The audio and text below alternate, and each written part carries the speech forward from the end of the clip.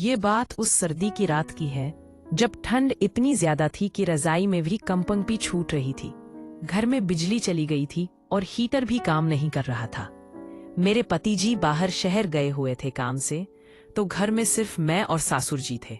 रात के 12 बज रहे थे। मैं अपनी रजाई ओढ़कर लेटी थी, लेकिन ठंड से नींद नहीं आ रही थी। अचानक सासुर जी की आवाज आई, बहू जरा सुनो तो। मैं उठी और उनके कमरे में गई।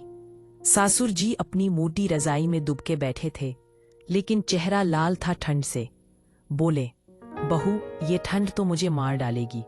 मेरी कमर में बहुत दर्द हो रहा है, जरा मालिश कर दो ना, गर्म तेल से। मैं सोची, बेचारे बूढ़े हैं, ठंड में दर्द बढ़ जाता है। मैंने तेल गर्म किया और उनकी कमर पर मालिश करने लगी। सासुर जी बोले, आह बहू थोड़ा जोर से दबाओ। हाँ वही, गहराई तक दबाओ, बहुत अच्छा लग रहा है।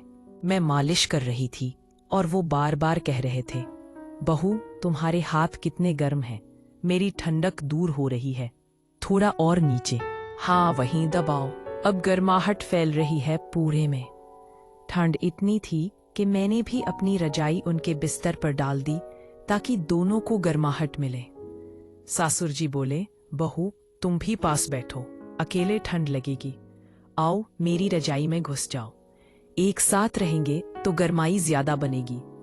मैं हंसकर बोली, पापा जी आप भी ना, इतनी ठंड में क्या अकेले सहन करेंगे।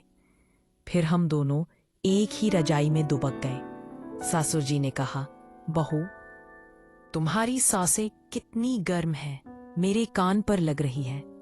पूरी रात ऐसे ही रहो, मेरी सारी ठंड उतर जाएगी। मैंने कहा, पापा जी आप चिंता मत करो, मैं पूरी रात दबाती रहूंगी, मालिश करती रहूंगी, जब तक आपकी गर्माहट ना वापस आ जाए। सुबह हुई तो ठंड कम हो गई थी। सासुर जी मुस्कुराकर बोले, बहू तुमने तो कमाल कर दिया, पूरी रात की मेहनत से मेरी सारी जकड़न खुल गई, अब तो मैं तरोताजा हूं। बस ऐसे ही गुजरी वो सर्दी की रात। ठंड में एक दूसरे की मदद करना कितना जरूरी होता है ना।